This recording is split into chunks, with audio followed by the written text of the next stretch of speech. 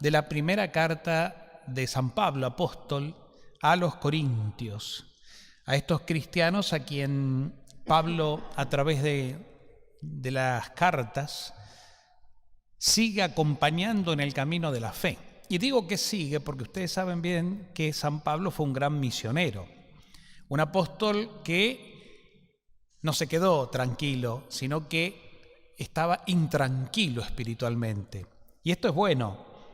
No es la intranquilidad del mundo, la intranquilidad de Dios. La intranquilidad espiritual es la que te moviliza a hacer cosas por Dios y para Dios, pensando también en los demás.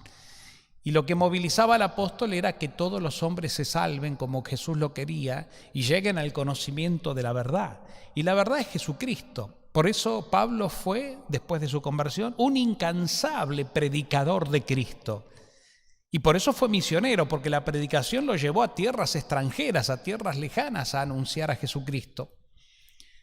Él sabía que tenía que anunciar a los que ellos llamaban, los judíos llamaban los gentiles o paganos, que justamente eran personas que no eran de origen judío, no eran israelitas, sino que provenían de otras tierras que nada tenían que ver con la fe original de los judíos, lo que también trajo sus complicaciones, ¿no? Porque cuando los paganos se convertían al cristianismo, creían en Cristo por la predicación de los apóstoles, los judíos que ya eran cristianos también, el grupo de judíos convertidos, llamados judaizantes también, entonces se protestaban. Lo que es el ser humano, ¿no? Cómo nos cuesta acabar profundo en la verdad y saber que, como Jesús dijo, todos los hombres tienen que alcanzar la verdad y no algunos, no hay privilegiados ni primeros puestos para Dios, somos todos iguales. Bueno, a los judíos convertidos a la fe cristiana les costó, por eso exigían que los que venían de afuera, estos paganos o gentiles, se convirtieran primero, se hicieran judíos circuncidándose, como mandaba la ley de Moisés, para que después recién estén habilitados a poder ser verdaderos cristianos, porque los judíos tenían el privilegio de ser el pueblo elegido. Esto armó un despiole muy grande, porque obviamente los que venían de afuera no toleraban, no aceptaban en lo más mínimo esto de circuncidarse, de hacerse judíos, de entrar en una dinámica cultural y espiritual que no tenía nada que ver con su vida personal, con su idiosincrasia. Pero bueno, en fin, esto es propio del crecimiento. El crecimiento es hermoso, pero también cuando se va sumando más gente, la parte humana tiene su cuota de injerencia y los humanos somos complicados, somos bastante complicados, ¿no? Bueno, y esto desde siempre, no desde ahora, ya lo vemos.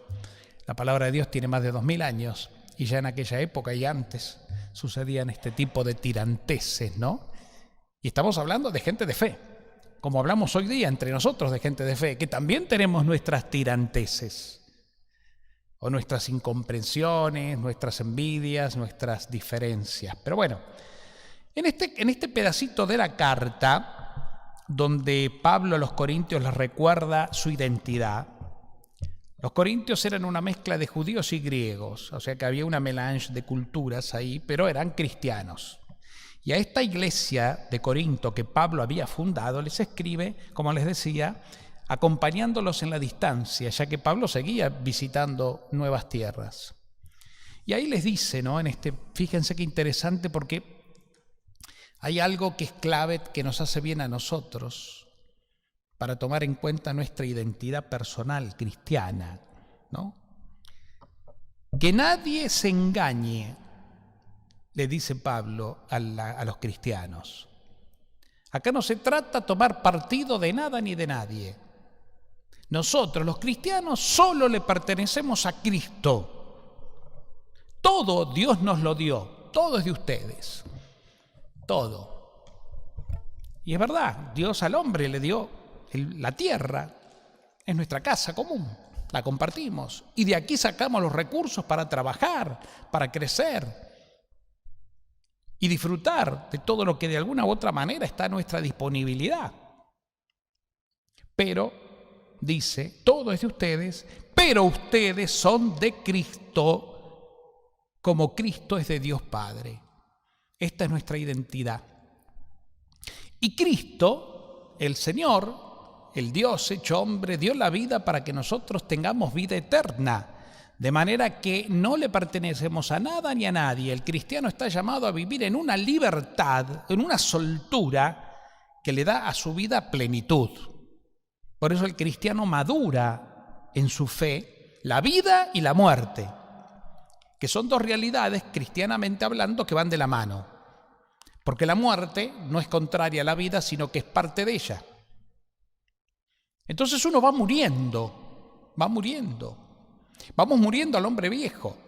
Vamos muriendo a aquello que puede ser un obstáculo en nuestra vida para estar más cerca de Cristo, para profundizar nuestra fe, nuestra espiritualidad.